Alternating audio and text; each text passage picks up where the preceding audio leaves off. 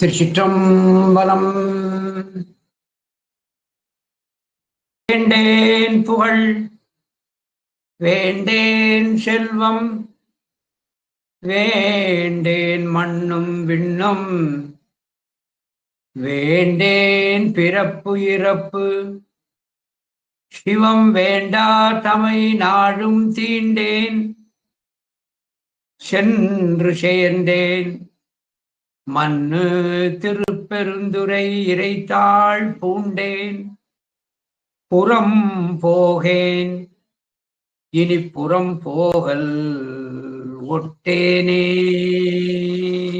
திருச்சிற்றம்பலம். நம பார்வதி பதையே அரஹர மகாதேவா. தென்னாடுடைய சிவனே போற்றி, எந்நாட்டவர்க்கும் இறைவா போற்றி. திருச்சிற்றம்பலம்.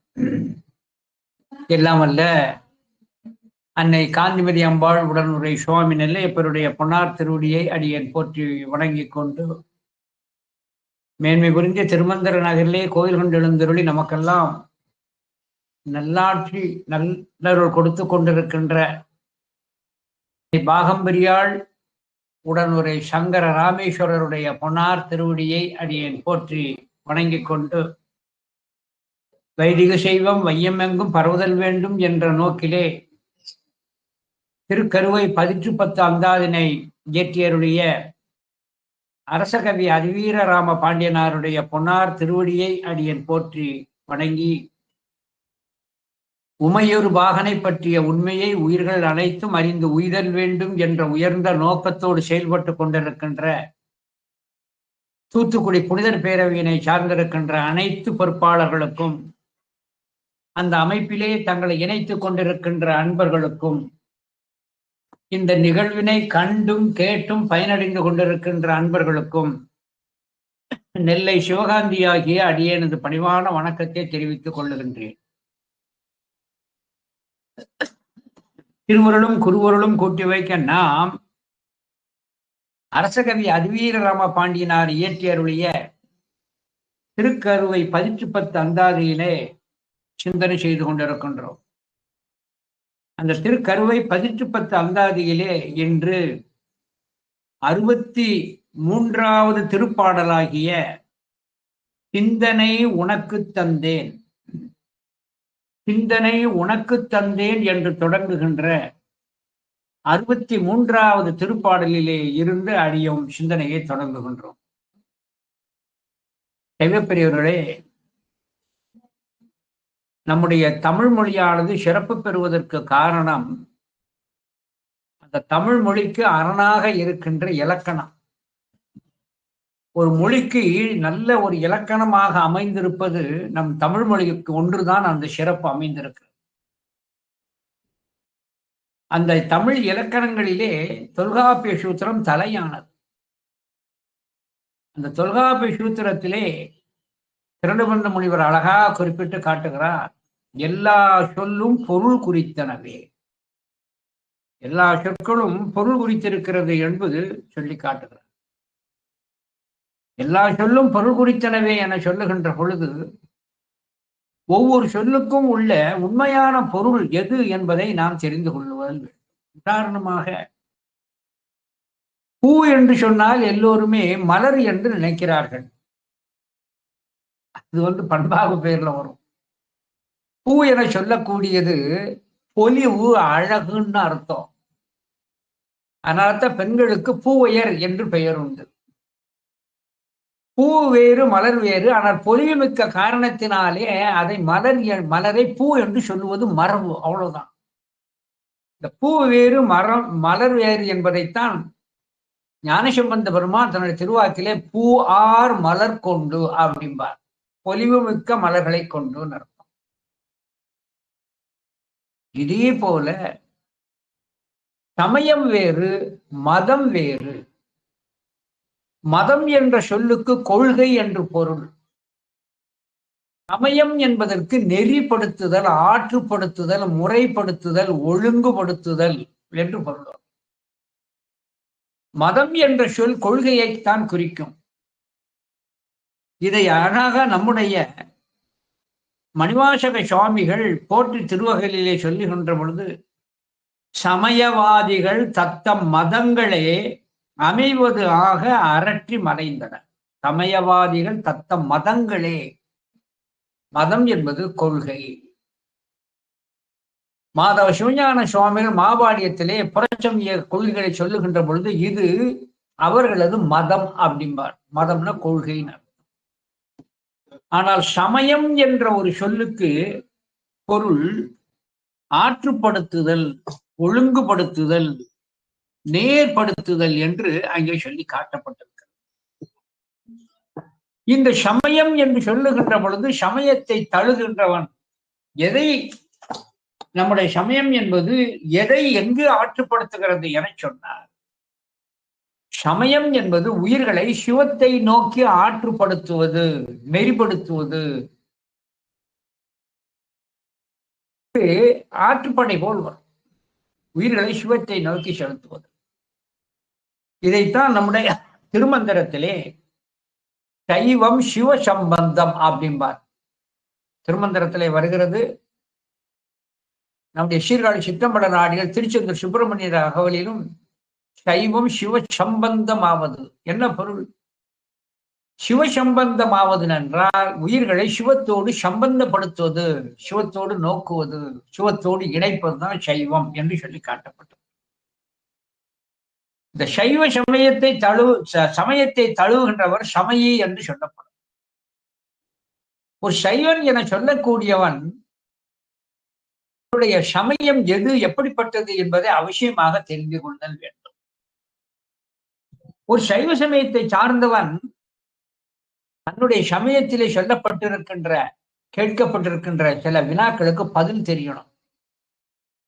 பொதுவாக ஒரு சமயம் என்றால் அதற்கு என்ன வினாக்கள் தொகுக்கப்படும், இந்த கேள்விக்கெல்லாம் பதில் சொல்றதுக்கு பேரும் சமயம் பேர். எல்லாமே சமயம் அல்ல. சில கேள்விகளுக்கு பதில் சொல்லணும். சமயத்தின் பெயர் என்ன? சமய கடவுள் எது? அந்த சமயத்தை தோற்றுவித்தது யார்? தோற்றுவிக்கப்பட்ட காலம் எது? அந்த சமயத்திற்கு பிரமாண நூல் எது? அந்த பிரமாண நூலை செய்தது யார்? அந்த பிரமாண நூலுக்கு விளக்கம் கொடுத்தது யார்?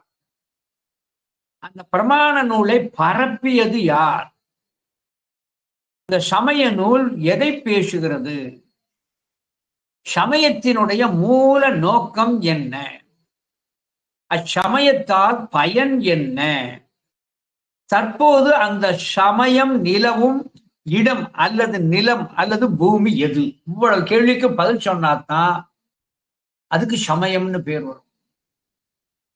இப்ப நம்முடைய சைவ சமயங்களாக நாம் இந்த கேள்விகளுக்கெல்லாம் நாம் விரை தெரிந்து கொள்வோம். நம்முடைய சமயத்தின் பெயர் சித்தாந்த சைவம். சமயம்தான், சைவம் தான் நம்முடைய சமயத்தின் பெயர், இந்து அல்ல.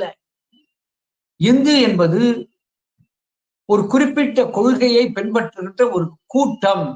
இந்து என்ற சொல்லுக்கே விளக்கம் இம்சையாம் அமதே தூயதே இந்து இந்தியவே தீயதே என்கிறார். இந்து என்பதற்கு விளக்கம் பிற உயிர்கள் அடைகின்ற துன்பத்தை கண்டு எவன் வருந்துகிறானோ அவன் ஹிம்து. அது பொது கொள்கை. ஆனால் சமயம் என்று சொல்லுகின்ற பொழுது நம்முடைய சமயம் சைவம். இந்த சைவத்துக்குள்ளே உட்பிரிவுகள் இருக்கிறது, அறுவகை சமயங்கள். நாம் தழுவுகின்ற இந்த சமயத்திற்கு பேர் சித்தாந்த சைவம். முதல்ல தெளிவா இருக்கணும். நம்முடைய சமயம் சைவம். சைவத்திலே நிறைய உட்பிரிவுகள் பெயரோடு இருக்கிறது. ஆனா நம்முடைய சமயம் சித்தாந்த சைவம். இந்த சமய கடவுள் எது? ஒன்றாகிய சிவபெருமான். பல கடவுளர் கொள்கை கிடையாது, ஒன்றாகிய சிவபெருமான். இந்த சமயத்தை தோற்றுவித்தது யார்? யாரும் தோற்றுவிக்கவில்லை. சிவபெருமான் என்று உண்டோ அன்றே இந்த சமயம் உண்டு. தோற்றுவிக்கப்பட்ட காலம் எது? சிவபெருமான் பண்டும் இன்றும் என்றும் உள்ள பொருள் எனவே சைவம் தோற்றுவிக்கப்பட்ட காலம் அறியப்படாதது. எனவே தோற்றுவித்தது சிவம், தோற்றுவிக்கப்பட்ட காலம் பண்டே உள்ளது. அந்த பிரமாண நூல் எது? பிரமாண நூல் எது என்றால், வினையில் நீங்கிய விளங்கிய அறிவன் முனைவன் கண்டது முதல் நூலாகும். முதல் நூல் வேத நூல், சைவ நூல் இரண்டே நூல்கள். நம்முடைய சமயத்திற்கு பிரமாண நூல் என சொல்லக்கூடியது வேதமும் ஆகமமும். அந்த வேத ஆகமத்தின் என்பது அந்த பிரமாண நூலை அருளி செய்தது யார்? சிவபெருமானிடம் இருந்தே வெளிப்பட்டது. சிவபெருமான் தான் வேதத்தை அருளி செய்து சைவ சமயங்களுக்கென்றே சிறப்பாக ஆகமத்தை அருளி செய்தார். எனவே பிரமாண நூல் வேத ஆகமம். அந்த வேத ஆகமத்தினுடைய ஞான காண்டங்களை, ஞான காண்டத்தை அறிவிப்பது தோத்திரம், ஆகமத்தினுடைய ஞான காண்டத்தை அறிவிப்பது சாத்திரம். இந்த வேத ஆகம தோத்திர சாத்திர இவைகளை எல்லாம் விளக்கமாக நமக்கு கொடுப்பதற்கு வந்திருப்பதுதான் புராணங்களும் இதிகாசமும். வேத ஆகமத்தை சிவம் செய்தது தோத்திரத்தையும் சாத்திரத்தையும் பக்குவ ஆன்மாக்களை அதிர்ட்டித்து அவர்கள் வாக்காக பதிவாக்காக வெளிப்பட்டது தோத்திரமும் சாத்திரமும். அவைகளை விளக்குவதற்காக நமக்கு செய்கின்ற புராணங்களும் இதிகாசங்களும் பதிவாக்கே. எனவே ஒரு சைவன் என சொல்லப்படுவனுக்கு பிரமாண நூல் வேதம், ஆகமம், தோத்திரம், சாத்திரம், புராணம், இதிகாசம். இந்த வேதத்திற்கு உள்ள விளக்கத்தை கொடுத்தது யார்? வேத ஆகமம் என பதிவாக்குக்கு விளக்கம் கொடுத்தது யார் என்றால் சாட்சாத்து பரம்பொருளே விளக்கத்தை கொடுத்திருக்கிறார். நால்வேதம் ஆரங்கம் ஆனாய் போற்றி. அந்த வேதத்தினுடைய பொருள்களை, ஆகமத்தினுடைய பொருள்களை எப்படியெல்லாம் பொருள் கொள்வது என்பது 6 அங்கமாக சிச்சை, கல்பம், வியாகரணம், நிறுத்தம், சோதனம், சந்தம், விஷயம். இன்னும் சில இடங்களிலேயே நம்முடைய பெருமானானவர் முக கடவுளாக இருந்து அந்த வேத ஆகமங்களை உபதேசித்திருக்கிறார். உண்மைக்கும் வேதத்தை உபதேசம் செய்தது நம்முடைய பெருமானே. நம்முடைய திருவிடைமருதூர் தேவாரத்திலே அம்மைக்கு பெருமான் வேதத்தை உபதேசம் செய்ததாகவே ஒரு பகுதியே வருகிறது. எனவே இந்த பிரமாண நூலாகிய வேத ஆகமத்திற்கு விளக்கம் செய்தது பரம்பொருளே விளக்கம் செய்திருக்கிறார். நம்முடைய சமய கொள்கைகளை பரப்பியது யார் என்றால் சமயாச்சாரியார்களும் சந்தனாச்சாரியார்களும். நம்முடைய சமய நூல் பேசுவது என்ன? சமய நூல் பேசுவதுன்னா எதை இந்த சமயம் எதைத்தான் பேசுகிறதுன்னு உறுதியிட்டு சொல்லணும். அந்த செய்தி பிற சமயத்தில் இருக்கப்படாது. அப்படி நம்முடைய சைவ சமய நூல்கள் பேசுவது என்ன என்றால் முப்பொருள் உண்மை, இறை, உயிர், தலை. வேறு எந்த மதமும், வேறு எந்த சமயம் என சொல்லப்படுகின்ற எந்த சமயமும் இதை பேசவில்லை. முப்பொருள் உண்மையை பேசுகிறது. சமயத்தினுடைய நோக்கம் என்ன? வீடு வேறு, பாசத்தலையில் இருந்து விடுபட்டு சிவப்பேறு பெறுவது. பாசத்தலையில் நின்று விடுபட்டு சிவப்பேறு. அதனால்தான் வீடு பேர் தான் சைவத்தினுடைய தலையான நோக்கம். உயிர்கள் வீடு பேறு எய்துதல். அந்த சமயத்தை தழுவதால் அதனுடைய பயன் முற்றாத பேரின்பம். முற்றாத பேரின்பம், அதாவது பிறவா நிலை பெற்று பேரின்பம் துய்த்தல். இதுதான் சைவத்தினுடைய பலன். தற்போது அந்த சமயம் நிலவுகின்ற இடம் அல்லது நிலம் எது என்றால் நம்முடைய சைவம் மட்டும் உலகெங்கும் பரவி இருக்கிறது. இன்று நேற்றல்ல, பண்டு தொற்றே உலகெங்கும் பரவி இருக்கிறது. உலகெங்கும் பரவி இருக்கிறது. அதனாலதான் பெரிய புராணத்துல அப்பாலும் அடிசார்ந்த அடியார்க்கும் அடி என்றார். அப்பாலும் என சொல்லக்கூடியது மூவேந்தர்கள் ஆளுகின்ற தமிழ் நிலத்திற்கும் வேந்தர் ஆளுகின்ற தமிழ் வழங்கும் நிலத்திற்கும் அப்பாலும் வளர்ந்திருக்கிறது. அவர்கள் காலத்திற்கும் முன்னேயும் அப்பாலும் அடிசார்ந்த அடியார். இத்தனை சிறப்புகளை உடையது நம்முடைய சைவ சமயம் என சொல்லக்கூடியது. இந்த சைவ சமயத்திலே எல்லோருமே சமயிகள் என்று சொல்ல இயலாது. திருநீர் பூசினால் மட்டும் போதாது.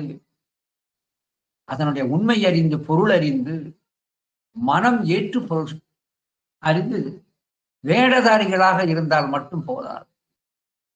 இந்த சமயத்தை சார்வதற்கு ஊழ் என்பது ஒன்றிருக்கும்.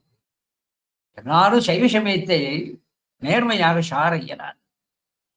வாழ்வனும் மையல் விட்டு வறுமையாம் சிறுமை தப்பி தாழ்வனும் தன்மையோடு சைவமாம் சமயம் சாரும் ஊழ் பெறல் அரிது. ஊழ் பெறுதல் ரொம்ப அரிது.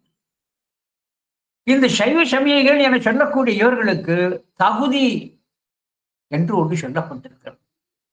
அதான் நம்முடைய சமயத்தினுடைய ஒரு பெரிய, இந்த சைவ சமயத்தில் சேர வேண்டும், சைவனாக மாற வேண்டும் என்றால் அதற்கு தகுதி இருக்கிறது. அதற்கு தகுதி என்ன என்பதை யாழ்ப்பாணத்தினர் ஒரு ஆறுமுக நாவலர் திருத்தொண்டர் புராணம் வசன நடைன்னு ஒண்ணு செஞ்சிருக்கிறார். திருத்தொண்டர் புராணத்தை வசன நடையில செஞ்சிருக்கிறார். அதுல பெரிய புராணத்தை அந்த திருத்தொண்டர் புராணத்தினுடைய சரிதத்தை சொல்லுவதற்கு முன்பாக யாழ்ப்பாணத்தினர் ஆறுமுக நாவலர் நேரடியா நூலுக்கு போக மாட்டார். சில சைவர்களுக்கு வேண்டிய செய்திகளை சொல்வார். உண்மை செய்வர்னு அதுக்கு முன்னாடி ஒரு சின்ன கட்டுரையை சேர்த்திருப்பாங்க. உண்மை செய்வர். உண்மை செய்வர் யார் என்பதை சைவனுக்குள்ள இலக்கணங்கள் அங்கே சொல்லி காட்டப்பட்டிருக்கிறது.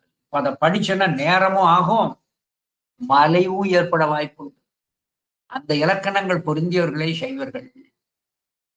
அந்த சைவன் என சொல்லக்கூடியவனுக்கு தலையாய வேண்டப்படுகின்ற இலக்கணங்களை ரத்தின சுருக்கமாக 16 இலக்கணங்கள் என்று திருவையாறு தலபுராணத்துல நிரம்ப அழகிய தேசியர் அருளி செய்திருக்கின்ற அந்த திருவையாறு தலபுராணத்துல நந்தி கேட்டதாக 16 வரம் சொல்லப்பட்டிருக்கிறது செம்மனுக்கு இலக்கணம்.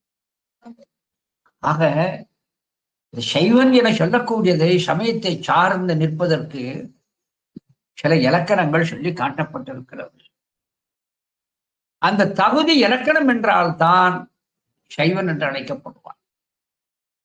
ஒரு வேலைக்கு நாம் விண்ணப்பம் செய்ய வேண்டும் என சொன்னால் அதிலே சில தகுதிகள் சொல்லப்பட்டிருக்கும். இவ்வளவு படித்திருக்க வேண்டும், எவ்வளவு வயது இருக்க வேண்டும், இன்ன அனுபவம் இருக்க வேண்டும், இன்னென்ன மொழிகளை அவர்களுக்கு பேச எழுத தெரிதல் வேண்டும் என்று ஒரு தகுதியை நிர்ணயம் செய்வார்கள் ஒரு வேலைக்கு எடுப்பதற்கு. இதே போல சைவர்களாகிய நமக்கு இறைவனை அடைவதற்கு என்ன தகுதி வேண்டும், என்ன இலக்கணம் வேண்டும் என்று நம் நூல்களிலே சொல்லப்பட்டதை பார்த்திருக்கிறோம். அப்படி பார்க்கின்ற பொழுது அங்கே இறைவனை அடைவதற்கு என்ன சாதனம், இறைவனை அடைவதற்கு என்ன சாதனம் என்று பல ஞானாசிரியர்கள் பல விதமாக குறிப்பிட்டு காட்டுவார்கள். ஆனால் 11ஆம் திருமுறையில பட்டினத்தடிகள் அங்கே அழகான ஒரு செய்தியை நமக்கு சொல்றார். இன்னென்ன சாதனத்தை, இன்னென்ன நெறிகளை நீங்கள் நிற்கின்றீர்களா, இப்படி நின்றால்தானே சிவத்தை அடைய முடியும், ஆனால் ஒன்றுமே பின்பற்றாமல் இருக்கின்றீர்களே என்று நாம் அவசியம் பின்பற்ற வேண்டிய ஒரு 4 கட்டளைகளை பட்டினத்தடிகள் 11ஆம்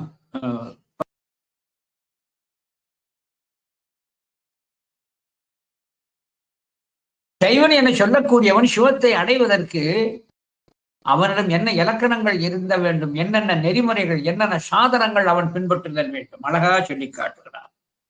திருவிடை மருதூர் மும்மணி கோவில பட்டினத்தார் தானீர் கதி ஒன்றும், சிவத்தை அடைவதற்கு உரிய அந்த கதிகள் ஒன்றையுமே நீங்கள் பின்பற்றவில்லையே. காணீர் கதி ஒன்றும் கல்லீர் எழுத்து அஞ்சும் வல்ல வண்ணம் பேணீர் திருப்பணி பேசீர் அவன் புகழ் ஆசைப்பட்டு பூணீர் உத்திர சாதனம் நீரு எங்கும் பூசுவீர் வீநீர் எளிதோ மருதபிரான் கடல் மேவுதற்கு. இறைவன் திருவடியை அடைவதற்கு இந்த சாதனங்கள் எல்லாம் இருக்கின்றதே. ஆனால் வீநீர் எளிதோ மருதபிரான் மேவுதற்கு இவைகளெல்லாம் இல்லாமல் வீணாக இருக்கின்றீர்களே, நீங்கள் மருதவாணருடைய திருவடியை அடைய முடியுமோ என சொல்லி காட்டுகிறார். இந்த நெறிகளை பின்பற்ற வேண்டும். இதில் ஒன்றும் கூட நீங்கள் பின்பற்றவில்லையே. காணீர் கதி ஒன்றும். எத்தனை சாதனங்கள் இருக்கிறது, அத்தனையும் இருப்பது விஷயம். ஒன்றையாவது சிக்கன பிடித்து நெறி ஒழுகுகின்றீர்களான்னு கேட்கிறேன். என்னென்ன பார்ப்போம். காணீர் கதி ஒன்றும். முத்திக்கு சாதனங்கள் உள்ள அவைகளிலே கடைபிடிக்க வேண்டியவற்றை கடைபிடிக்கின்றீர்களா? காணீர் கதி ஒன்றும். கல்லீர் எழுத்து அஞ்சும். கல்லீர் கல்வி எழுத்தஞ்சை கற்றீர்களா? என்ன பொருள்? ஒரு சர்க்குருவை அடைந்து ஐந்தெழுத்தை ஓதும் முறைமை அறைந்து நெறியாக ஜெபிக்கின்றீர்களா? ஏன் அஞ்செழுத்த ஓதணும்னு சொல்றார்? ஐந்தெழுத்து என சொல்லக்கூடியது ஒருவன் மனத்தை ஒரு நிலைப்படுத்துவது. மனமானது பாய்ந்து கொண்டிருக்கும். அந்த பாய்ந்து கொண்டிருக்கின்ற அலைபாய்கின்ற அந்த மனதை நெறிப்படுத்துவது ஐந்தெழுத்து ஜெபம். அந்த ஐந்தெழுத்தினுடைய உண்மை அறிதல் வேண்டும். சிவ ய நம. இறை அருள் உயிர் துரோதம் மதம் பொருள் தெரியணும். இந்த ஐந்துக்கும் உள்ள இலக்கணம் இறை அருள் உயிர் துரோத மனம் இவர்களுக்குள்ள விளக்கம் தெரியணும். அதனால ஐந்தெழுத்து முதலில் கற்கின்றீர்களா? கல்லீர் எழுத்தஞ்சும் வல்ல வண்ணம் பேணீர் திருப்பணி. சிவாலயத்திற்கு சென்று தொண்டு செய்கிறீர்களா? சிவன் அடியார்களுக்கு திருத்தொண்டு செய்கிறீர்களா? இறைவனை அடைவதற்கு எளிய மாற்றம் திருத்தொண்டு செய்வதுதான். அதனால்தான் தன்னுடைய சகோதரனாகிய மருள் நீக்கியாரை சமய குடியாகிய சமண மதத்தில் நின்று மீட்டு சைவத்திற்கு அவன் திரும்புதல் வேண்டும் என்பதற்காக, விரைந்து வருதல் வேண்டும் என்பதற்காகத்தான் திலகவதி அம்மை அங்கே திருத்தொண்டு செய்தார்.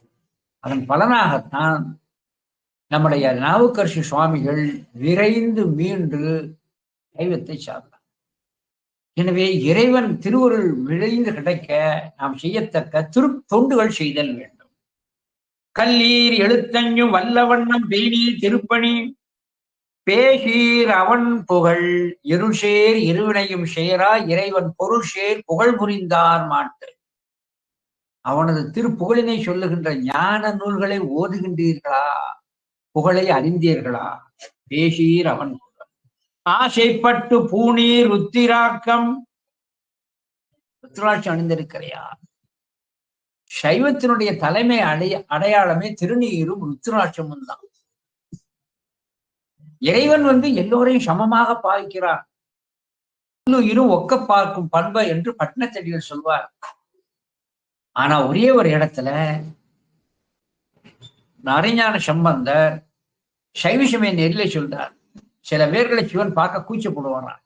இவனெல்லாம் என்ன என்று வெறுப்பாராம். யாரை என்றால், ருத்ராட்சத்தை அணிவதற்கு யார் கூசுகிறார்களோ அவர்களை காண கூசும் அரண்.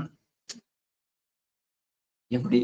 ருத்ராட்சத்தை அணிவதற்கு கூச்சப்படுகின்றவனை கண்டால் சிவம் கூசுமா? இன்னும் சொன்னா, ருத்ராட்சம் போட்டு நாம் ஜப தியானங்கள் பூஷணைகள் முதலில் செய்தால்தான் உரிய பலன் கிடைக்கும், முழு பலன் கிடைக்கும். ஆனால் ருத்ராட்சம் பூண்டிருக்கிறார். நீரு எங்கும் பூசீர் பூசுகிறீர். ஒரு விரல வச்சு பூசப்படாது. எங்கும் என்றால் நமக்கென விதிக்கப்பட்டிருக்கின்ற 16 அங்கங்களிலே திருநீர் பூசுகிறீர்களா? இன்னும் அதுக்கும் மேல உடல் முழுவதும் உத்தூளமாக பூசுகிறீர்களா? ஏதாவது ஒன்றை பின்பற்றணும். உடல் முழுவதும் உத்தூளமா பூசணும். எரமான் பெருமான் அப்படித்தான் செய்து காட்டி இருக்கிறார். எரமான் பெருமான் வரகுணபாண்டியனுக்கு ஒரு சிறப்பு, மன்னராக இருந்தால் உடல் முழுவதும் திருநீர் பூசியிருப்பாராம் வரகுணபாண்டியன். செய்திகளை தெரிஞ்சுக்கிடணும். உடல் முழுவதும் திருநீர் பூசியிருப்பாராம். அதுக்கு ஒரு சின்ன விளக்கம் இருக்கு. நம்முடைய நம்பியாண்டார் நம்பி சுவாமிகள் திருத்தொண்டர் திருவந்தாதியில ஒரு செய்தி சொல்றார். திருத்தொண்டர் திருவந்தாதியில நம்முடைய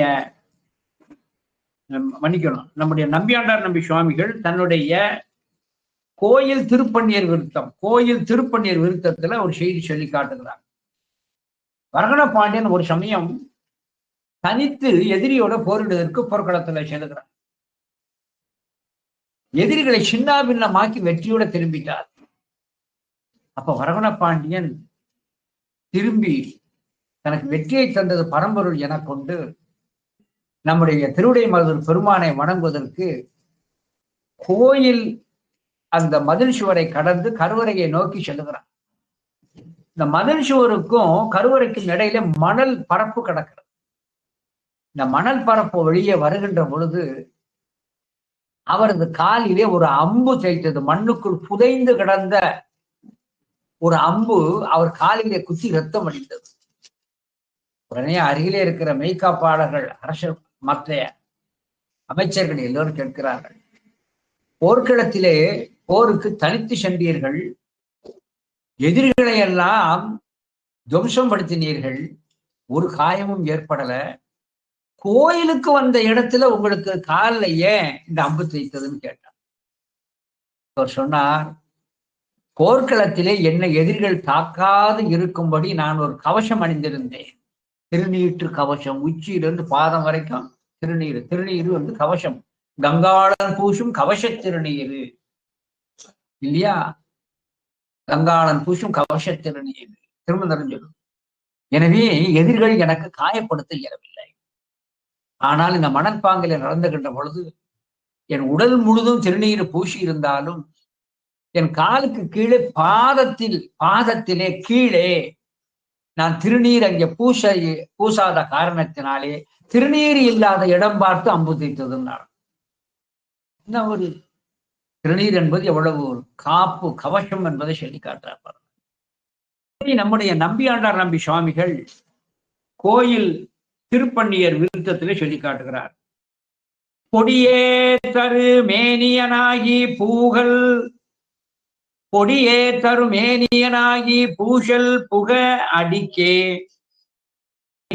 கணை குழிப்ப கண்டு கோயில் கருவியில்லா அடியே பட அமையும் கணையென்ற வரகுணன் தன் முடியே தருகளல் அம்பலத்தாடிதன் மொய்கடலே. வரகுணனுடைய பெருமை பறக்க பேசப்படுவது பட்டினத்தடியார் சொல்லியிருக்கிறார். அவரது பெருமை மேலுக்கும் மேலானது. வரகுணன பாண்டியனை மட்டும் வைத்துக் கொண்டு 2 இடத்திலே திருக்கோவையாரிலே அமைந்திருக்கு. வரகுண பாண்டியனை குறிப்பிட்டு 2 இடத்துல திருக்கோவையார் இருக்கு. வேறு யாரையும் தனியாடியார் அங்க போட்டதுனால எனக்கு தெரியல. வரகுண பாண்டியன் மட்டும் திருக்கோவையார்ல புகழ் இருக்கு. ஆக இப்படியெல்லாம் நீர் எங்கும் பூசுகிறீர், இப்படியெல்லாம் இத்தனையும் இருக்க வேண்டும், ஒன்றேனும் நீங்கள் பின்பற்றாமல் இருக்கின்றீர்கள். ஆகனாலே வீணீர் எழுதோ மருத பிரானார் கடல் மேவுதற்கு, இத்தனையும் பின்பற்றாத நீங்கள் நம்முடைய பெருமானுடைய திருவடியை சென்று அடைய முடியுமோ என்று அங்கே சொல்லி காட்டுகிறார். ஆகையினாலே இதில் சொல்லப்படுகின்ற ஒரு அருமையான ஒரு நெறி எது என்று சொன்னால், அங்கே இறைவனை அடைவதற்கு இந்த சாதனங்களை எல்லாம் பின்பற்றுதல் வேண்டும் என்று அங்கே அழகாக அங்கே நம்முடைய பெருமான் அங்கே சொல்லி காட்டுகிறார். இந்த பாடலை ஒரு இடம் படிக்கிறேன். காணீர் கதி ஒன்றும் கல்லீர் எழுத்தஞ்சும் வல்ல வண்ணம் பேணீர் திருப்பணி பேசீர் அவன் புகழ் ஆசைப்பட்டு பூநீர் உருத்திர சாதனம் நீரு எங்கும் பூசுகிறீர் வீணீர் எழுதோ மருத பிரான் கடல் மேவுதற்கு. இதுல எளிமையிலும் எளிமையானது எது என்றால், பேசீர் அவன் புகழ் ஆசைப்பட்டு, இது அவனை அடைவதற்கு உரிய சாதனங்களில் ஒன்று. இருள் சேர் இருவினையும் சேரா இறைவன் பொருள் சேர் புகழ் புரிந்தார் மாட்டார். எனவே இறைவனது திருவருளினை பெறுவதற்கு எளிய மார்க்கம் அவனது புகழினை பேசுவது. இந்த புகழினை பேசுவது என சொல்லுகின்ற பொழுது ரெண்டு பலன் கிடைக்கிறது. நாம் பேசுகின்ற பொழுது நாமும் அதை கேட்கின்ற ஒரு பெரிய வாய்ப்பு நமக்கு கிடைக்கிறது. இறைவனது புகழினை பேசுதல் வேண்டும். அதுதான் நமக்கு திருவடியை சேர்வதற்கு நல்ல ஒரு சாதனம். ஆகையினாலே தான் மணிவாசக பெருந்தகையினுடைய திருவாக்கிலே வைத்து இறைவன் புகழை தான் சாற்றுதல் வேண்டும் என்பதற்காக அதிவீரராம பாண்டியனார் இறைவனது பொருள் செயல் புகழினை எல்லாம் திருக்கருவை 18 அந்தாதிலே நமக்கு உணர்த்துகிறார். இறைவன் எவ்வளவு பெருமைக்கு உடையவன், அவனது புகழினை அறியுங்கள் என்பதை திருவாசகத்தின் தாக்கத்தை வைத்து நம்முடைய அதிவீரராம பாண்டியனார் அழகாக இங்கே சொல்லி காட்டுகிறார் அந்த பெருமானுடைய பெருமையை. இறைவன் எப்படிப்பட்ட பெருங்கருணையாளன், அளப்பெரும் கருணை உடையவன், கரையிலா கருணை மா கடல். அப்படி சொல்லுகின்ற பொழுது அவன் எப்படி பெருமையுடையவன் என்பதை அழகாக அங்கே சொல்லி காட்டுகிறார் 63வது திருப்பாடல். சிந்தனை உனக்கு தந்தேன் திருவருள் எனக்கு தந்தாய், சிந்தனை உனக்கு தந்தேன் மலரடி எனக்கு தந்தாய், பைந்துணர் உனக்கு தந்தேன் பரகதி எனக்கு தந்தாய், கந்தனை பயந்த நாதா கருவையில் இருக்கும் தேவே. இறைவன் எப்படி ஒரு கருணையாளனாக இருக்கின்றான் என்பதை அழகாக அங்கே சொல்லி காட்டுகிறான். சிந்தனை உனக்கு தந்தேன், என்னுடைய மனமானது அங்குமிங்குமாக பாய்ந்தது, மன ஓட்டம் கொடுத்தது. அந்த மன ஓட்டத்தை கெடுத்து அந்த மனத்தை சிந்தனையை உன்பால் நான் வைத்தேன், சிந்தனையை உன்பால் வைத்தேன். அப்படி சிந்தனையை உன்பால் வைத்ததற்கு என்னுடைய மனதைத்தான் என்னுடைய திருவடியிலே பதித்தேன். ஆனால் நீயோ திருவருள் எனக்கு தந்தாய். எப்படி காட்டிற்கு சென்று தவம் செய்தது, என்னென்ன சாதனங்களில் எத்தனையோ காலங்கள் யாரெல்லாம் முயன்றும் கூட அவர்களுக்கும் கூட கிட்டாத உன்னுடைய திருவருளை எனக்கு கொடுத்து விட்டாய். என்னுடைய மனத்தை உன்பால் வைத்ததற்கு எனக்கு பரிசாக கொடுத்து விட்டாய். சிந்தனை உனக்கு தந்தேன் திருவருள் எனக்கு தந்தாய். அதாவது வணங்க தலை வைத்து வார்களல்வாய் வாழ்த்த வைத்து இறைவன் அதை நம்ம கொடுத்திருக்கிறான். அதாவது தாயானவள் தன்னுடைய மகனானவன் பயணம் செல்லுகின்ற பொழுது அவனுக்கு அழகாக ஒரு புளி சாதம் வச்சு கொடுத்து, இல்லம்மா நான் ஊருக்கு போயிருவேன், அங்க போய் நான் வீட்டுல போய் சாப்பிட இல்லப்பா, வழியில ஏதாவது தாமதமான உனக்கு பசி எடுக்கும், இதை சாப்பிடுன்னு கொடுக்குறான். கட்டிச்சோரை கட்டி கொடுக்குறான். அப்படி தாய் கொடுத்த அந்த கட்டுச்சோரை அவன் உண்டு ஊருக்கு போய் போன் பண்ணலையம்மா, கொடுத்த கட்டுச்சாதம் பிரயோஜனமா இருந்தது, இந்த இடத்துல பசி வந்தது, எடுத்து சாப்பிட்டோமா நல்லா இருந்ததுன்னு சொல்லுகின்ற பொழுது அந்த தாய் ரொம்ப சந்தோஷப்படுவான். உண்டவனை விட இதை இதற்கு வைத்துக்கொள் என்று கொடுத்த அந்த தாய் ரொம்ப சந்தோஷப்படுவான். அதே போல இறைவன் நமக்கு அங்கங்களை எதற்கு எடுத்திருக்கின்றான், அப்படி அவன் என்ன நோக்கத்தோடு கொடுத்தானோ அதை நாம் பயன்படுத்துகின்ற பொழுது இறைவன் பெரிதாக மகிழ்வான். இந்த மனம் என்ற சிந்தனை என்பதை ஏன் கொடுத்திருக்கின்றான்? உலகியலிலே செலுத்தாது மடைமாற்று செய்து பெருமானுடைய திருவடியை வைப்பதற்குத்தானே. நாம் கொடுத்ததை நன்றாக பயன்படுத்துகிறான் என்று சொல்லுகின்ற போது அவன் மிக மகிழ்கிறான். அதனாலதான் பரிசு கொடுக்கிறார். அதைத்தான் சிந்தனை உனக்கு தந்தேன். என்னென்ன அங்கங்களை இறைவன் கொடுத்தான், அதை எப்படியெல்லாம் நான் பயன்படுத்துகிறேன் என்று இதே போன்ற மன்னராகிய சேரமான் பெருமான் நாயனார் பொன்வண்ண தந்தாதியில சொல்லி காட்டுகிறார்.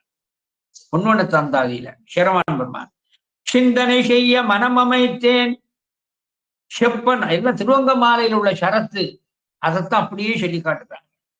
சிந்தனை செய்ய மனம் அமைத்தேன் செப்ப நான் அமைத்தேன், வந்தனை செய்ய தலை அமைத்தேன் கை தொழ அமைத்தேன், வந்தனை செய்வதற்கு அன்பு அமைத்தேன் மெய் அரும்ப வைத்தேன், வெந்த வெந்நீரணி ஈஷர்க்கு இவை யான் விதித்தனவே. சிந்தனை செய்ய மனம் வைத்தேன். ஆக இறைவனை அவன்பால் வைத்தவர்களுக்கு அவன் பரிசு கொடுக்கிறான். நினைப்பவர் மனம் கோயிலாக கொள்பவன் அல்லவா. அதனால்தான் சிந்தனை செய்ய மனம் அமைத்தேன் என்று அழகாக அங்கே சொல்லி காட்டுகிறான். மேலும் வந்தனை உனக்கு தந்தேன், உனக்கு தலையினை தாழ்த்தி கையினை கூப்பி வணக்கம்தான் செலுத்தினேன். உனக்கு என்ன செய்தேன்? வந்தனை உனக்கு தந்தேன், மலரடி எனக்கு தந்தாய். தேவரும் மூவரும் காணா திருவடி, பெருமானானவர் பல யுகங்கள் தேடிய திருவடி அவன் எனக்கு கொடுத்தான். எதற்காக? அவன் முன்பாக நான் தலை சாய்த்து கைகூப்பி வணைந்ததற்காக. கரங்குவிவார் உள்மைகளும் கோண்கடல்கள் வெல்ல. இதுக்கு ரெண்டு பொருள். கரங்குவிவார், கரத்தை குவித்து வணங்குகின்றவர்களை கண்டு சிவனும் மகிழ்வார். கரங்குவிவார் உள்மகிழும், கரத்தை குவித்து வணங்குகின்றவர்களுக்கு மனதிலேயே ஒரு நிறைவை மகிழ்ச்சியை கொடுப்பார். ஆக கரங்குவிவார் உள்மகிழும் என்பதை அழகா சொல்லி காட்டி, வந்தனை உனக்கு தந்தேன் மலரடி எனக்கு தந்தாய், பைந்துணர் உனக்கு தந்தேன். நான் ஒண்ணும் செய்யல, இந்த செடியிலே இருக்கிற பச்சிலையை வைத்து உன் உச்சி மேல வச்சேன். எனக்கு எவ்வளவு பலனை தந்துட்டா, மேலான கதி. பைந்துணர் உனக்கு தந்தேன், பரகதி எனக்கு தந்தாய். பரகதி என்றால் மேலான, பரகதி என்றால் மேலான. இறைவனது எளிதாம் தன்மை. இதுல இந்த பைந்துணர் உனக்கு தந்தாய் என சொல்லுகின்ற பொழுது ஒரு செய்தி அங்கே வருகிறது. நாம் இறைவனுக்கு பூஷணை செய்கின்ற பொழுது உரிய மலர் கிடைக்கவில்லை என சொன்னால், அந்த மலர் இருக்கின்ற செடியிலே இருக்கிற ஒரு பச்சிலையை இட்டு மேல போட்டா போதும், இறைவன் மகிழ்வார். யாவர்க்குமாம் இறைவர்க்கு ஒரு பச்சிலை அன்போடு செலுத்தினா போதும். திருவிளையாடல் புராணத்து ஆசிரியர் சொல்லி காட்டார். குடங்கை நீரும், இந்த உள்ளங்கையிலே உளுந்து அமிழ்கின்ற அளவிற்கு நீரை இருக்கின்ற அந்த அளவிற்கு இந்த குடங்கை நீரும், பச்சிலையும் இடுவார்க்கு இமையா குஞ்சரமும் படங்கொள் பாயும் பூவனையும் தருவாள் எங்கள் மதுரை பரமேட்டி. திருவிளையாடல் புராணம். குடங்கை நீரும் பச்சிலையும் இடுவார்க்கு இமையா குஞ்சரமும் இந்திரபதமும் படங்கொள் பாயும், படங்கொள் பாயும் மால் இமையா குஞ்சரம் படங்கொள் பாயும் பூவனையும் பிரம்மன் பதம், இப்படி எல்லா பதத்தையும் கொடுப்பான் எங்கள் மதுரை பரமேட்டிப்பார். எனவே போதும் பெறாவிடில் பச்சிலை உண்டு. எனவே அவனை வணங்குவதற்கு எளிமையாக நான் பச்சிலையைத்தான் சாத்தினேன், நீ பரகதி கொடுத்து விட்டார். கந்தனை பயந்த நாதா, பயந்த என்றால் பெற்ற, உபச்சாரத்திற்கு சொல்லப்படுவது. சிவன் மகன் அல்ல, சிவன் தான் முருகன், முருகன் தான் சிவன். ஆகையினாலே முருகப்பெருமானை கொடுத்த நாதா தலைவர். ஏன் முருகப்பெருமானை சொல்லுகிறார் என சொன்னார், விநாயகனை வணங்குவது இடர் வருவதும் போதே விலக்கிடுவார். அதன் உருமை குழமிக கரியது வடிவுடு தனதடி வழிபடும் அவர் இடர் கடி கணபதி. அந்த இடர் வருகின்ற பொழுதே நீக்கிடுவார். ஆனா முருகப்பெருமான் எப்படிப்பட்டவர் என சொன்னார், புரோவளை இந்த ஆன்மாவுக்கு துன்பம் வந்தால் வந்த பின்பு நீக்குபவர். இந்த ரெண்டு பேருக்கு அதான் முதன்மை வித்தியாசம். விநாயகர் வருவதற்கு முன்பே நீக்கிடுவார்.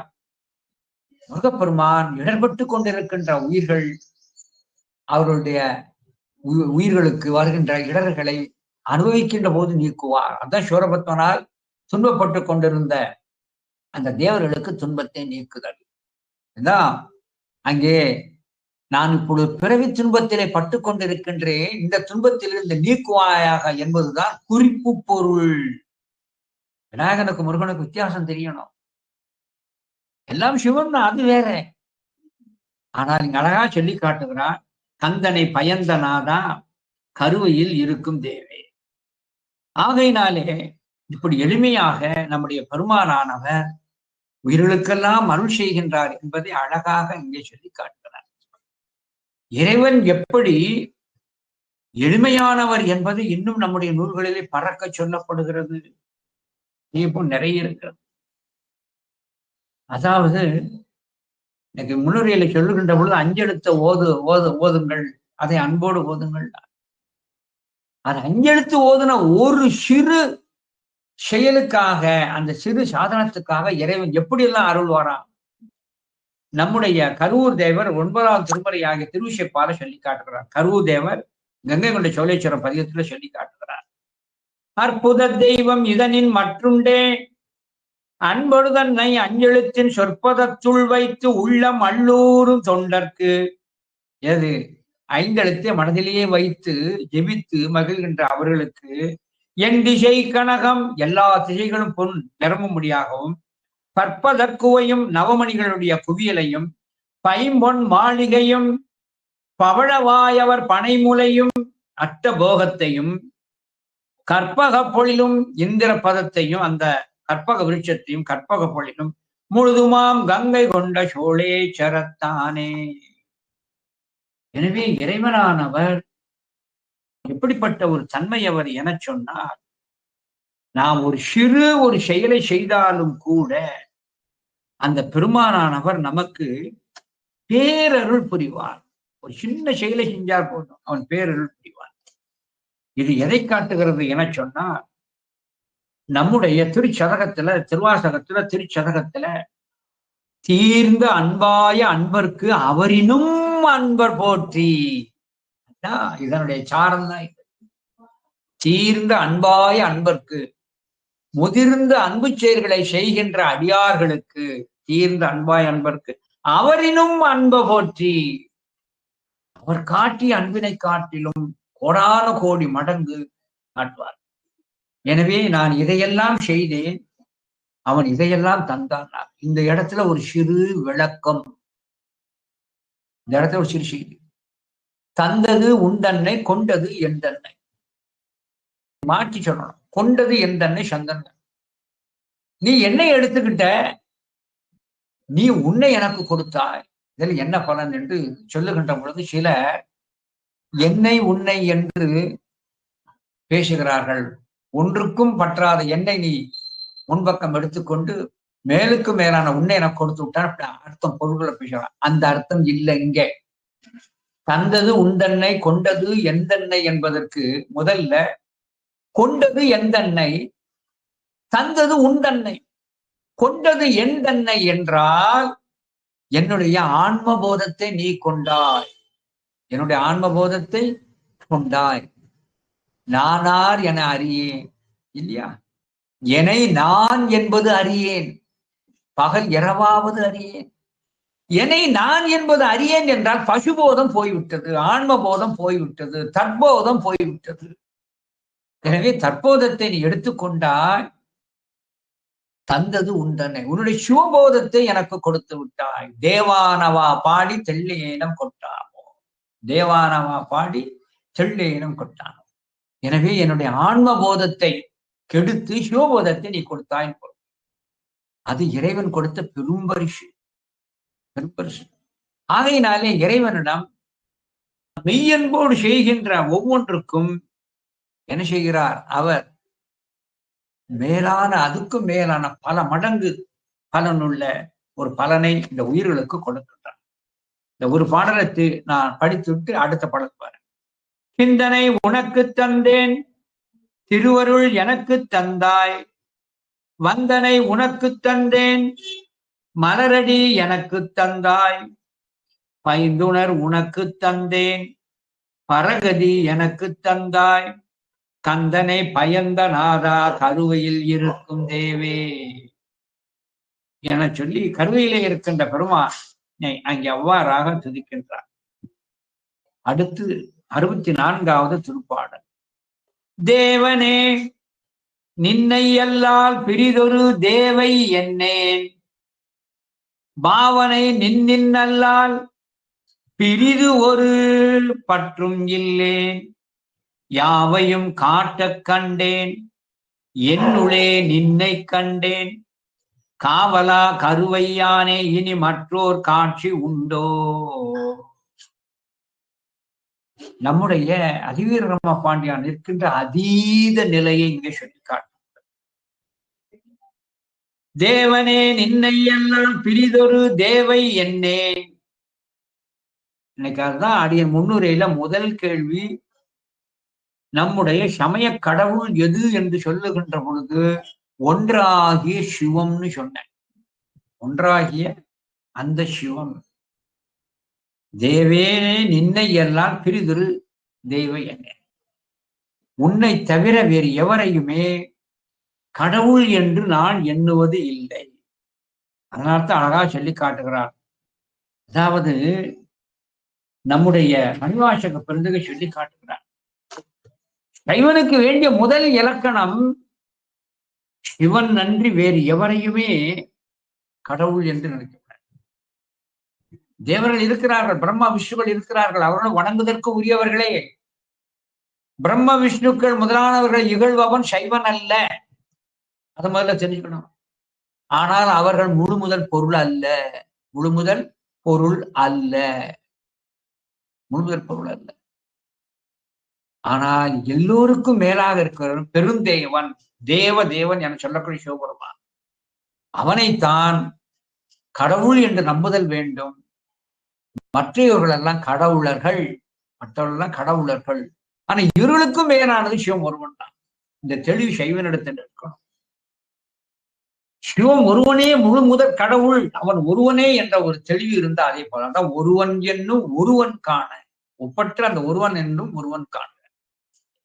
அதாவது இந்த சிவன் என்று வேறு ஒருவரை கடவுளை நினைத்தாலே அவன் பரத்துவம் போய்விடும், சிவ அபராதம். அதனால்தான் அழகா சொல்லி காட்டுகிறார் சுவாமி, எனக்கு ஒண்ணுமே தெரியாது, ஆனால் உன்னை தவிர வேறு ஒரு கடவுள் எனக்கு தெரியாதுன்றார். நீ எனக்கு கொடுத்த கலைகள் எனக்கு தெரியாது, ஆனால் உன்னை என்று வேறு ஒரு கடவுள் எனக்கு தெரியாதுன்றார். உன்னை என்று வேறு ஒரு கடவுள் எனக்கு தெரியாதுங்கிறார். அப்போ எந்த அளவிற்கு அங்கே அருமையாக சொல்லப்பட்டிருக்கிற பாருங்க. கற்றறியேன் கலைஞானம், மணிவாசகர் சொல்லி காட்டுறார். கற்றறியேன் கலைஞானம் கசிந்து உருகேன் ஆயிடினும் மற்றறியேன் பிறை தெய்வம். கற்றறியேன் கலைஞானம் கசிந்து உருகேன். ஞான நூல்களை கல்லாத காரணத்தினாலே மனம் கசியவில்லை. கசிந்துருகேன் ஆயிடினும் மற்றறியேன் பிற தெய்வம். உன்னை தவிர வேறு ஒருவரையும் நான் இறைவன் என்று அறியாமல் இருக்கிறேன். இது எனக்கு இந்த ஒரு தகுதி போதுங்கிறார். அதாவது என்ன நினைக்கணுமா, சிவன் முன்பாக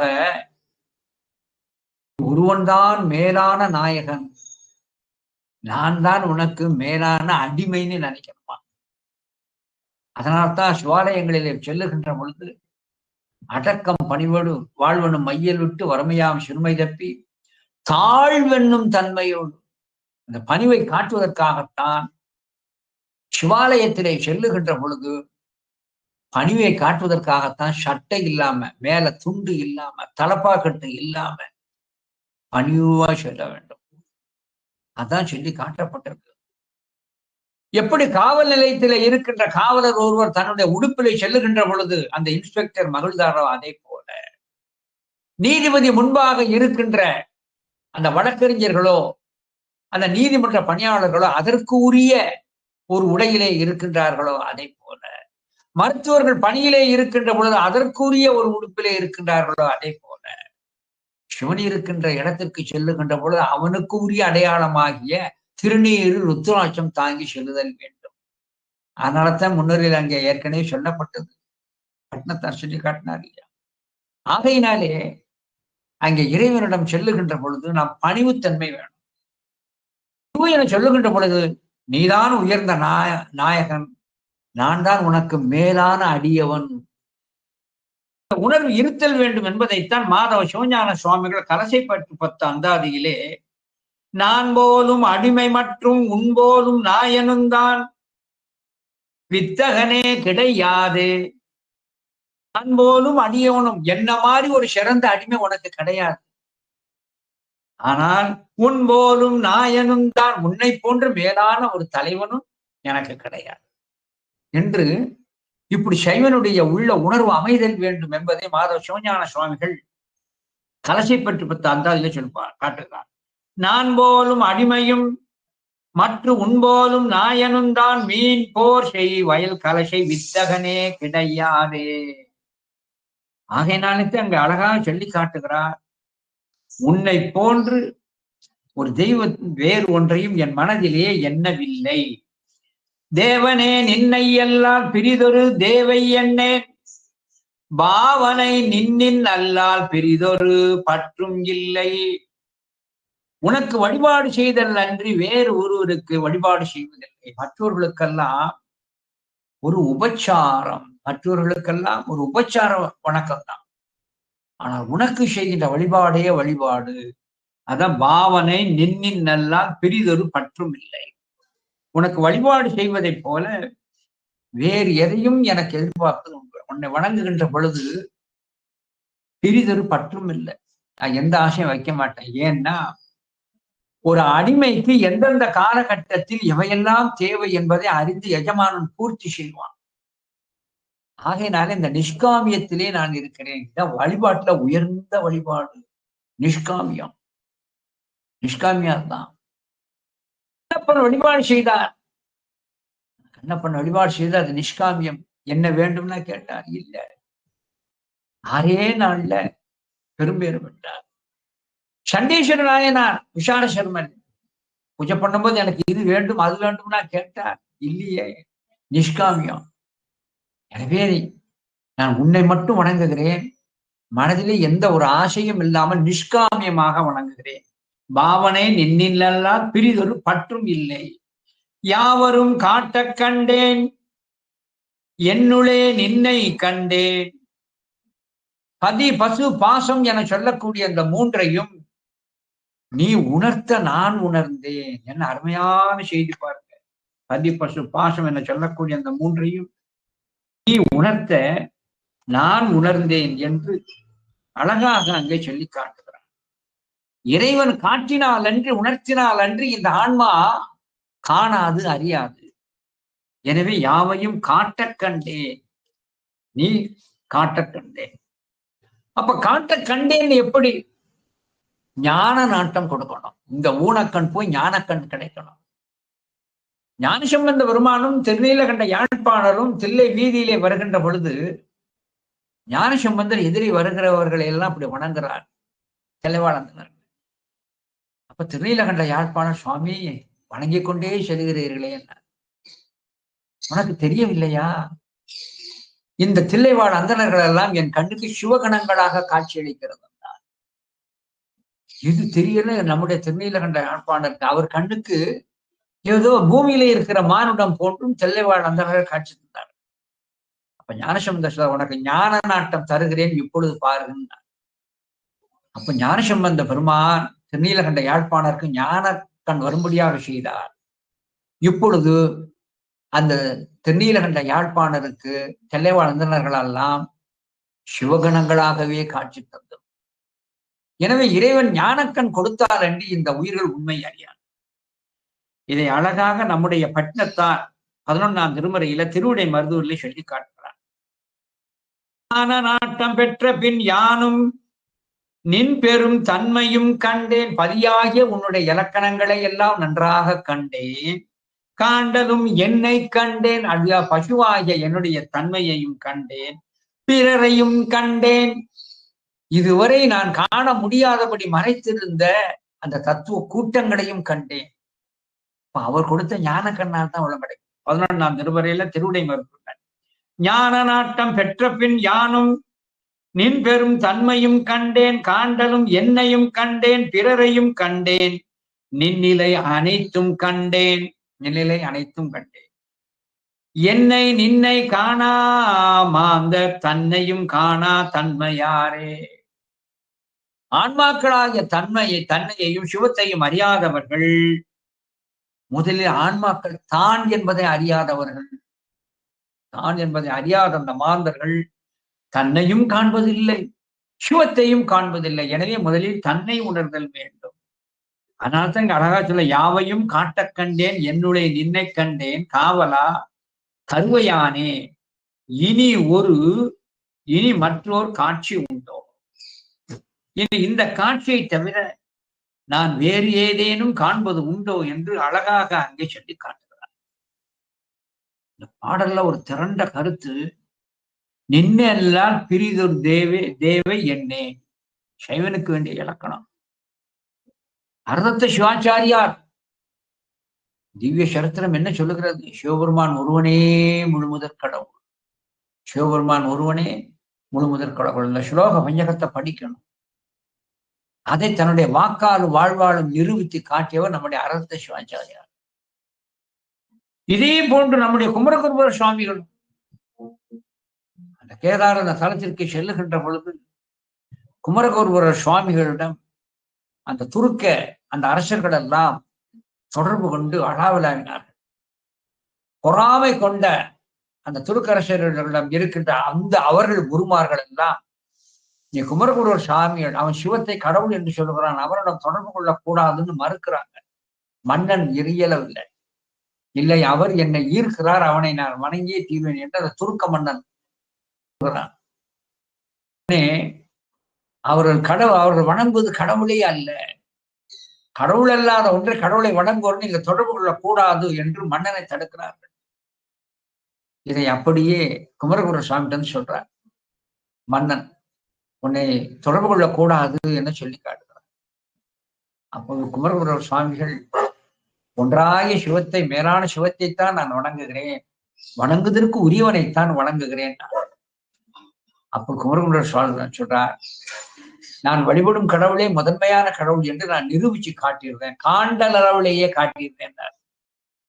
என்ன செய்யணும்னு கேளுங்க. உடனே மன்னர் சொன்ன மன்னர்கள் அவர்கள் குருவிடமே சொல்லுகிறார், குருமார்கள். அப்ப அவர்கள் சொல்றாங்க, அந்த குமரகுருவன் அந்த சிறுவர் வணங்குகின்ற கடவுள் தான் கடவுள் என்றால் காண்டல் அளவிலேயே அவர் கடவுள் என்பதை எங்களுக்கு நிரூபித்து காட்ட வேண்டும். என்ன செய்தல் வேண்டும்? நாங்கள் பழுக்க காய்ச்சிய இரும்பு ஒரு பெரிய கம்பியை தருவோம், அந்த பழுக்க காய்ச்சிய இரும்பு கம்பியினை அவர் கையினால் தூக்கி காட்டட்டும், கையிலே தூக்கி வைத்திருக்கட்டும். அப்படி தூக்குகின்ற வல்லமையை தருகின்ற அவன் வணங்குகின்ற கடவுள் கொடுப்பாரே ஆயின் அவர் வணங்குகின்ற கடவுளே முதன்மை பொருள் என்று நாங்கள் ஒப்புக்கொள்வோம் சொல்லிட்டார். அதன்படி அந்த துருக்க குருமார்கள் எல்லாம் சேர்ந்து அங்கே அக்னியை எழுப்பி இரும்பு கம்பியினை பழுக்க காய்ச்சி ஒரு கருவியை கொண்டு வந்து கொடுக்க, கருவியால் எடுத்து அந்த கம்பியை கொடுக்க, குமரகுருபரர் சுவாமிகள் அந்த பழுக்க காய்ச்சிய இரும்பு கம்பியினை கையிலே தூக்கி இப்படி வைத்துக் கொண்டே இருந்தார். பிடித்த உடனே இதை கண்ட மன்னனானவன் பதறி துடித்து, சுவாமிகளே என் மனம் சுடுகிறது, அதை கீழே போடுங்கள், கீழே போடுங்கள். குமரகுருபரர் சுவாமிகள் வாங்கி மகிழ்ந்து சிரித்து கொண்டே இருந்தார். உடனே சுத்தி இருந்த அந்த குருமார்கள் எல்லாம், உங்கள் கடவுளே கடவுள் என்பதை காட்சி அளவிலே அறிந்து கொண்டோம் என சொல்லி மன்னனது வேண்டுகோளுக்கு உணங்க அந்த பழுக்க காட்சி இரும்பு கம்பியினை கீழே போட்டார் என்று சொல்லி காட்டப்படுகிறது. இப்படி குமரகுரு சாமிகள்.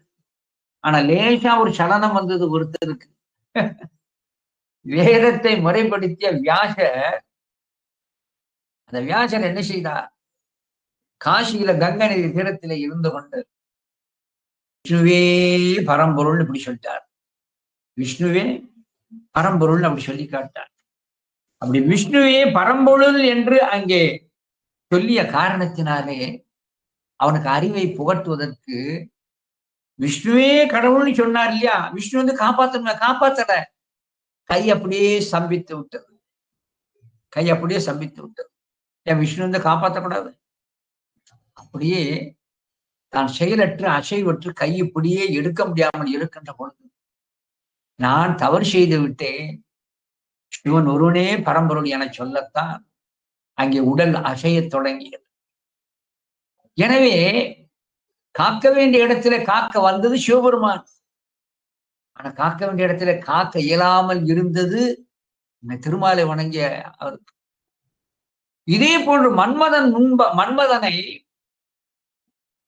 அவர் தந்தையாகிய திருமால் கண்முன்பாகவே சாம்பராக்கிறார். திருமால் அங்கே காக்கட்டுமே இல்லை.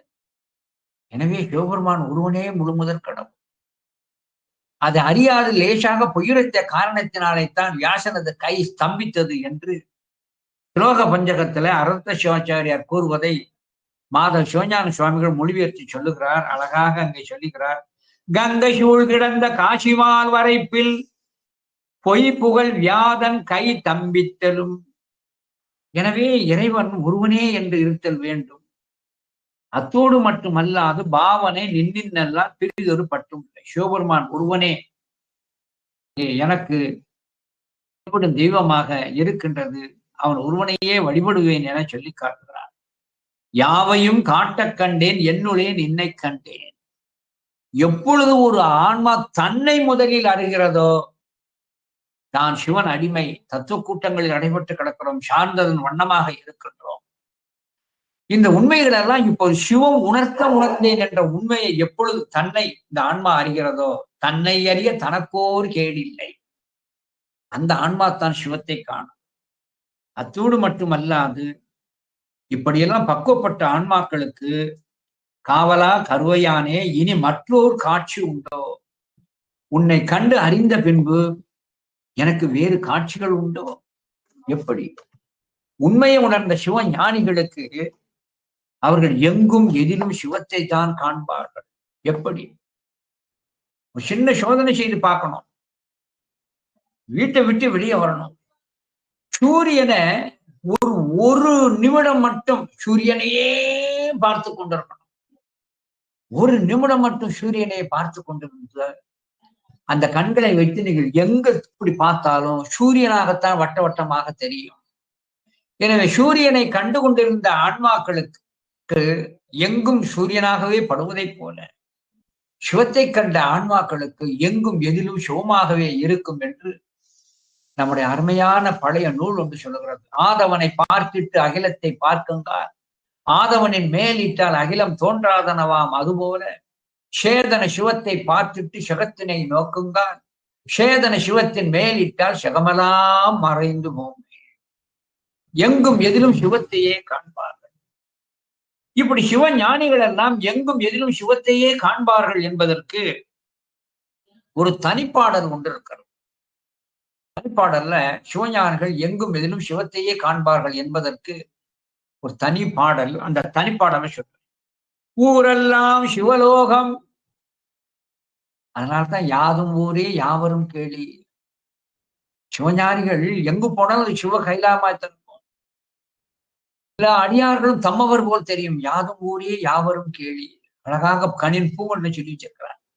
ஊரெல்லாம் சிவலோகம், மணல் எல்லாம் சிவலிங்கம், உயர் மரம் எல்லாம் தெய்வதம். நமக்குத்தான் வேப்ப மரம், வாகை மரம், அந்த மரம்னு சிவனடியார்களுக்கு எல்லாம் கற்பக விருட்சமாகவே அந்த தேவலோகத்து அந்த ஐந்தருக்களாகவே தெரியும். உயர் மரம் எல்லாம் தெய்வதம், பூர்வன பரப்பன நடப்பன கிடப்பனவும் பரிமணமாம். குழம்பின் நீரெல்லாம் சிவதீர்த்தம். நமக்குத்தான் 6 குளம். ஞானிகளுக்கு எல்லாமே அங்கே கங்கா தீர்த்தம் சிவதீர்த்தமாகவே காணப்படும். நிதி எல்லாம் நெல்லெல்லாம் அன்னமயமாம். நினைவெல்லாம் சிவசிந்தை, கனவெல்லாம் சிவபோகம். நந்திரையெல்லாம் நித்திரையெல்லாம் சமாதி, நித்திரையெல்லாம் சமாதி என்று இப்படி சிவன் அடியார்கள் எங்கும் எதிலும் எப்பொழுதுமே சிவத்தையே காண்பார்கள், சிவமாம் தன்மையிலேயே நிற்பார்கள் என்று அவருடைய மேலான அந்த பெருமையை எங்களை சொல்லி காட்டுகிறார் என சொல்லி இந்த திருப்பாடலை ஒரு முறை படித்து அடியேன் இன்றைய சிந்தனையை நிறைவு செய்தேன். தேவனே நின்னை எல்லாம் பிரிதொரு தேவை என்னேன், பாவனை நின்னின்னல்லால் பிரிதொரு பற்றும் இல்லேன். யாவையும் காட்டக் கண்டேன் என்னுளே நின்னை கண்டேன். காவலா கருவையானே இனி மற்றோர் காட்சி உண்டோ, என்னுள்ளே நின்னை கண்டேன். இதான் ரொம்ப முக்கியமான கருத்து. ஆன்மா தன்னை அறிந்து விட்டால் அதுவரை தன்னுள் ஒளிந்திருந்த அந்த கள்வனை ஆன்மா கண்ணார கண்டுவிடும். திருமாலோடு நான்முகனும் தேடி தேடனா தேவனை என்னுளே தேடி கண்டு கொண்டேன். நான் என்னுளே தேடி கண்டு கொண்டேன். ஆன்மா தன்னை அறிகின்ற பொழுது, ஞானக்கண் கொள்ளுகின்ற பொழுது தன்னுடைய உடம்பினிலே ஈசனை காட்டும். இதை அவ்வை குரலிலும் சொல்லி காட்டப்பட்டிருக்கிறது. அவ்வை குரல் என்று ஒரு நூல் இருக்கிறது. உடம்பினை பெற்ற பயனாவதெல்லாம் உடம்பினுள் உத்தமனை காண். உடம்புக்குள்ளேயே ஈசனை நாம் காணலாம் என்று அழகாக அங்கே சொல்லி காட்டுகிறார். ஒரு உடம்பின் ஒரு பயனாவது உடம்பின் பயனே தருபயமாம் சங்கரனை சார். எனவே இந்த உடம்பின் பயன் இந்த உடம்புக்குள்ளே இருக்கின்ற சிவத்தை காண்பதே. அதான் திருமாலோடு நான்முகனும் தேடி தேடனா தேவனை என்னுள்ளே கண்டு கொண்டேன் என்று அங்கே அழகாக அங்கே கூறுகிறார் என சொல்லி இந்த அளவிலே இன்றைய சிந்தனையை அடியே நிறைவு செய்கிறேன். வாழ்க மன்னவன் செங்கோல் மலைமுகில் வாழ்க, நான் மறை வாணர்கள் நான் நிலம் வாழ்க, வைதிக செய்வ மலர்த்திருவாழ்க, அஞ்செழுத்து உண்மை நன் மந்திரம். திருச்சிற்றம்பலம்.